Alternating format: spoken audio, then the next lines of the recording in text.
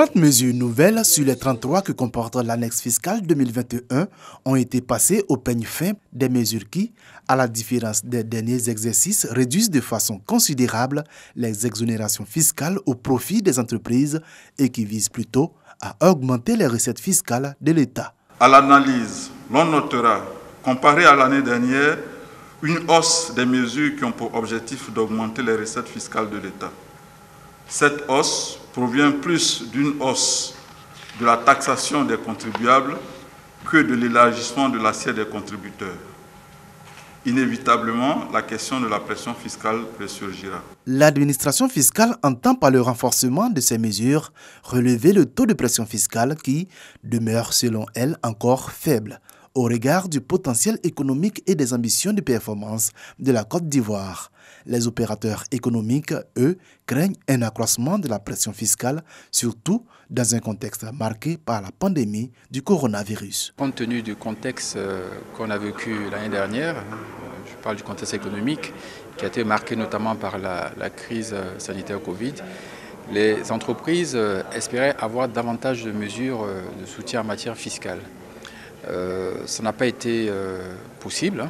L'annexe fiscale contient tout de même des points de satisfaction, comme l'exonération de l'impôt sur le revenu des créances, des intérêts versés aux souscripteurs des contrats d'assurance vie, ou encore l'exonération du droit sur le chiffre d'affaires de la contribution des patentes des dépôts de vente de produits pharmaceutiques situés en zone rurale.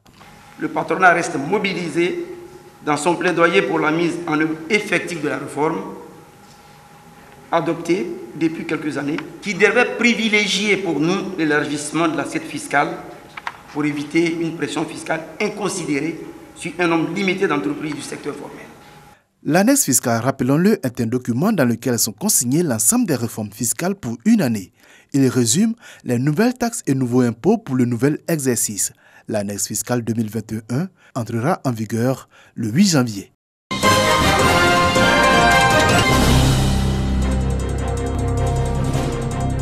Laisser à la postérité un cliché de l'impact de la COVID-19 sur le monde. Voici l'objectif qui a poussé l'écrivain Joël Nguessan à coucher son encre sur 218 pages entre mars et juin 2020.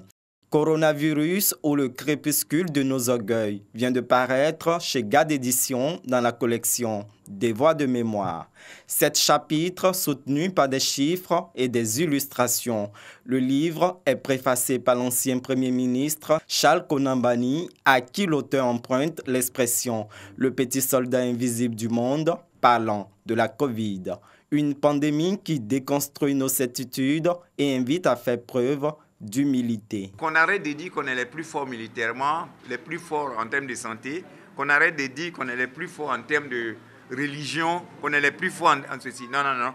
Le virus est venu nous montrer que nos certitudes d'hier sont devenues des incertitudes. Fermeture des frontières, course au vaccin, tâtonnement dans les décisions politiques, réduction au strict minimum des rapports sociaux et le lot de controverses. Bref, le coronavirus aura imposé un nouvel ordre mondial face auquel l'auteur exhorte à une autre humanité.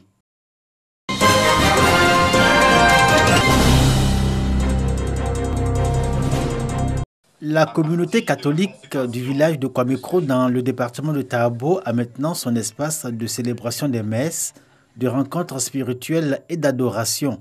C'est une chapelle bâtie sur 1 hectare et pouvant accueillir 150 fidèles à l'intérieur et 200 à l'extérieur. Dans une atmosphère de fête et dans la gloire de Dieu, l'édifice a été consacré par Monseigneur Alexis Touabli Yulo, évêque du diocèse d'Agboville, selon les rites de l'Église catholique. Nous qui construisons des églises, les temples, les mosquées, nous faisons bien. Et il faut construire des édifices religieux.